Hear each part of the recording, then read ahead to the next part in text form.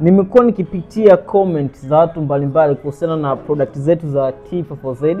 So watu wengi sana wanaulizia kuhusu matokeo yanatokea baada ya muda gani, lakini pia wanazungumzia bei.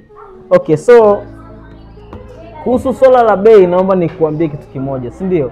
Sio lazima uwe na product zote hizi hapa 4 au uwe na full set. Lakini kwenye T4Z product kuna product ambazo ni basic, lazima uanze nazo. Kwa mfano, hair food ni product ya kwanza kabisa, this is the basic. Hii hapa ndo inafanya kazi 12, si ndio? Baada hii hapa unakuja kwenye hii hapa volumizer. Volumizer pia ni na hii hapa hair food, hizi ndo product basic. So kwa kuanza, kwa wewe ambaye unasuka, inatakiwa una hizi hapa product 2, si ndio?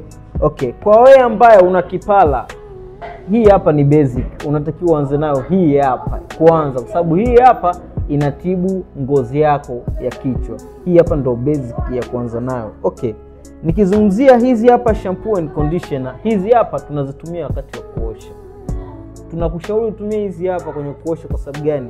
Hizi hapa ni natural, kwa hiyo hazina kemikali yoyote ambayo inaweza kuharibu nywele zako. Kwa kutumia hii hapa na product hizi hapa zote, ni uhakika kukuletea matokeo kwa uharaka.